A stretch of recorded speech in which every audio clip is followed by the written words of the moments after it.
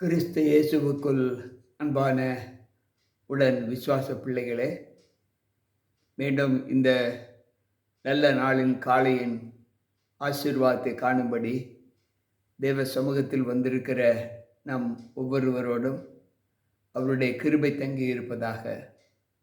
வந்திருக்கின்ற உங்கள் அனைவருக்கும் ஆண்டவர் இயேசு கிறிஸ்துவின் நாமத்தின் இந்த திங்கட்கிழமையின் காலையில் வாழ்த்துக்களை தெரிவித்துக் கொள்கிறேன். கர்த்தர் நம்மோடு இருப்பாராக.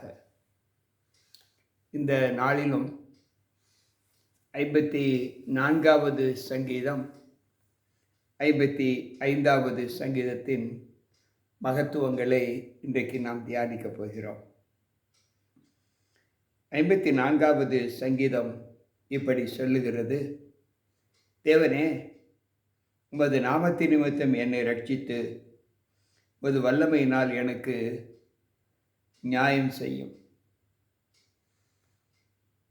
எனக்கு விரோதமாக சத்துருக்கள் அநேகர் எழும்பி இருக்கிறார்கள். முகாந்தரம் இல்லாமல் என் மீது போர் தொடுக்கிறார்கள். அவர்களை நீர் விசாரித்து அந்நியர் எனக்கு விரோதமாக எழும்புகிற அந்த தன்மையிலிருந்து என்னை விடுதலையாக்கும் என்று இங்கு தாவீது சொல்லுகிறார். அவர் என் சத்துருக்களுக்கு தீமைக்கு தீமையை சரி கட்டுவார்.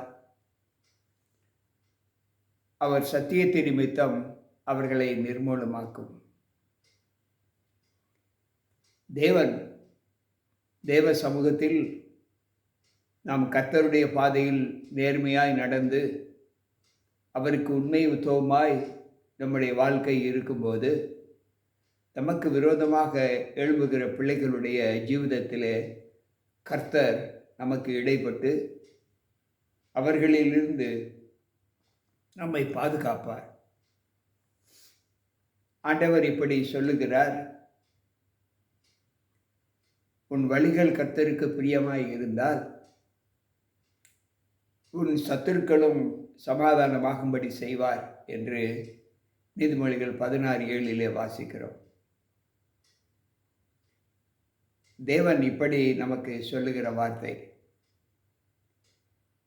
என் ஜெபத்தை ஆண்டவர் ஏற்றுக்கொள்ளுவார்.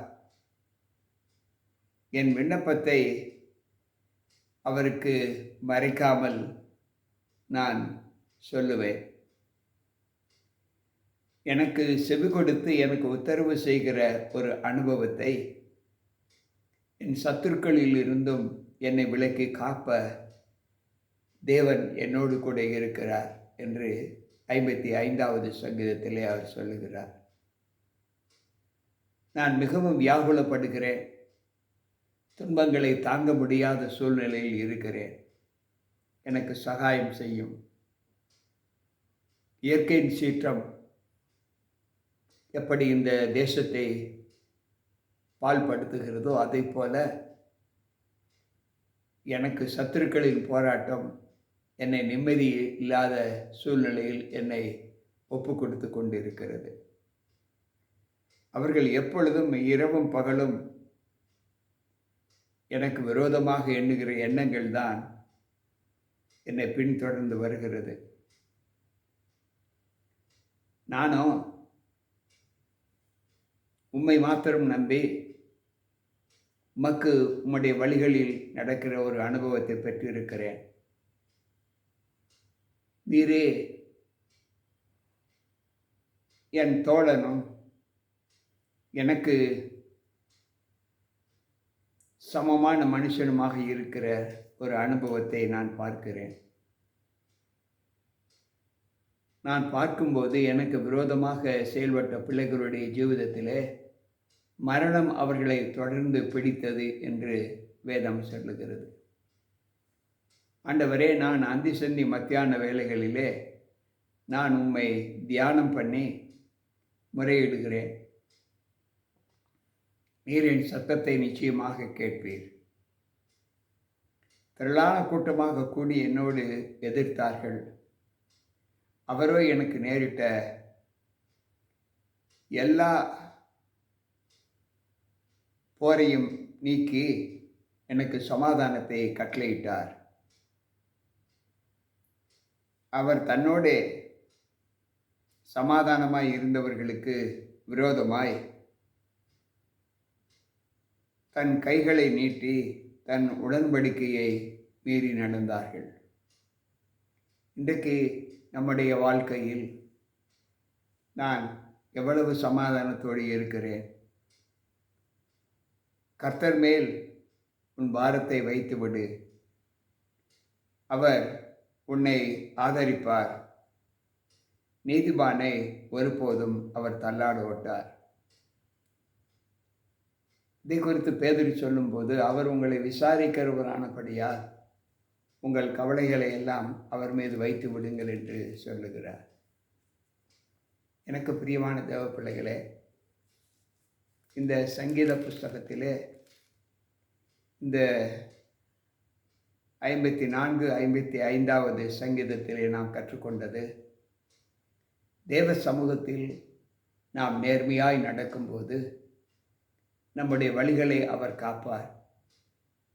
நமக்கு எதிரடையாக வரக்கூடிய எல்லா இக்கட்டுகளுக்கும் துன்பங்களுக்கும் நம்மை மறைத்து கொள்ளுவார்.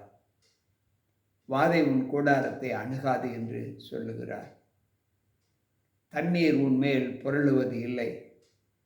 நீ அக்கினியில் நடந்தாலும் உனக்கு ஒரு சேதம் வராமல் நீ வேகாது இருப்பாய். நீ ஆறுகளை கடக்கும் போதும் நீ மூழ்காது இருப்பாய். இவ்வளவு பாதுகாவலை ஆண்டவர் நமக்கு கொடுக்கும்போது நாம் ஏன் துக்கத்தோடு இருக்க வேண்டும்? உன் கண்ணீர் யாவையும் துடைப்பேன் என்று ஆண்டவர் சொல்லுகிறார். கலங்காதே திகையாதே என்று அவர் சொல்லுகிறார். எனக்கு பிரியமான தேவ பிள்ளைகளே, இந்த அனுபவத்தை நம்முடைய வாழ்க்கையில் நாம் பெற்று ஆண்டவர் நம்மை நேசிக்கிற ஒரு அனுபவத்திலே நம்முடைய காலங்களை நாம் கடத்தும்போது நமக்கு எதிரிடையாக வருகிற எல்லா பொல்லாப்புகளுக்கும் நம்மை விலக்கி காப்பார். என் சமூகம் உனக்கு முன்பதாக செல்லும் என்று சொன்னாரே, உன்னை முன்னும் பின்னும் இடையிட்டு காத்து கொள்ளக்கூடிய பாதுகாவலை நான் உனக்கு கொடுப்பேன் என்று சொன்னாரே. பின்பு ஏன் நம்முடைய வாழ்க்கையில் கலக்கம்? கேட்டுக்கொண்டிருக்கிற அன்பான தேவ பிள்ளைகளே, உங்கள் கண்ணீரின் புலம்பலை அவர் பார்க்கிறார். அவர் பார்த்து வெறுமையாக இல்லை, அதை துடைப்பேன் என்று சொல்லுகிறார். இனிமேல் உனக்கு அழுகையும் துன்பமும் கண்ணீரும் வராது என்று சொல்லுகிறார். நாம் நேர்மையாய் நடப்போம். கர்த்தருடைய வழி நம்முடைய வழியாக இருந்து அவரோடு இசைந்து செல்லுகிற ஒரு அனுபவத்தை நாம் பெறும்போது நமக்கு சமாதானமே அன்றி வேறு ஒன்றும் நம்முடைய வாழ்க்கையில் நம்மை அணுகாது என்று இந்த சங்கீதம் நமக்கு பலத்தை கொடுக்கிறது. கேட்டுக்கொண்டிருக்கிற அன்பான தேவ பிள்ளைகளே, நீங்கள் மன கிளேசத்தினால் இருப்பீர்களானால் எதை குறித்தும் கவலைப்பட வேண்டாம். சமாதான குறைவு உண்டா? உலகம் தரக்கூடாத சமாதானத்தை நான் உனக்கு கொடுக்கிறேன் என்று சொல்லியிருக்கிறார். நீங்கள் கையிட்டு செய்கிற தொழில் உங்களுக்கு ஆசீர்வாதம் இல்லையா? ஆண்டவர் சொல்லுகிறார், கலங்காதே, நான் உன்னை ஆசீர்வதிப்பேன் என்று சொல்லுகிறார். சம்பாதிப்பதற்கான பலத்தை நான் உனக்கு கொடுப்பேன் என்று சொல்லுகிறார். உன்னுடைய பயணங்களிலே ஆண்டவர் சொல்லுகிறார், என் சமூகம் உனக்கு முன்பதாக செல்லும். கல்வி ஞானத்தை உனக்கும் உன் பிள்ளைகளுக்கும் கொடுப்பேன் என்று வாக்கு கொடுக்கிறார். என்னை நோக்கி கூப்பிடு என்று சொல்லுகிறார். இந்த நாளிலும் இந்த காலை வேளையில் ஆண்டவரை நோக்கி கூப்பிடுகிற ஒரு அனுபவத்தை நாம் பெற்று தேவ சமூகத்தில் நிலையான ஒரு ராஜ்யத்தின் பிள்ளைகளாக நம்ம ஒப்புக் கொடுப்போமா? ஜெபிப்போம். அன்பு ஆண்டவரே, உம்முடைய வார்த்தைகளை கேட்ட எங்கள் ஒவ்வொருவருக்குள்ளும் உம்முடைய கிருபை இருந்து உம்முடைய சமாதானம் இருந்து எங்களை காத்துக்கொள்ள என் தேவன் அருள் புரியும்.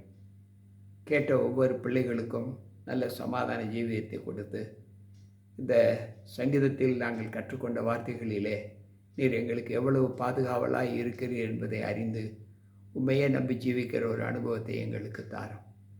மீட்பர் இயேசு கிறிஸ்துவின் நாமத்தில் ஜெபிக்கிறேன் நல்ல பிதாவே, ஆமென். அன்பு பிள்ளைகளே, கர்த்தருடைய வார்த்தைகளை கேட்ட உங்களுக்கு ஒரு பெரிய சமாதானம் கிடைத்திருக்கும் என்று நான் கர்த்தருக்குள் நம்புகிறேன். மீண்டும் நாளை சந்திப்போம். உங்கள் போதகர் ஜி.கே. ராபர்ட்.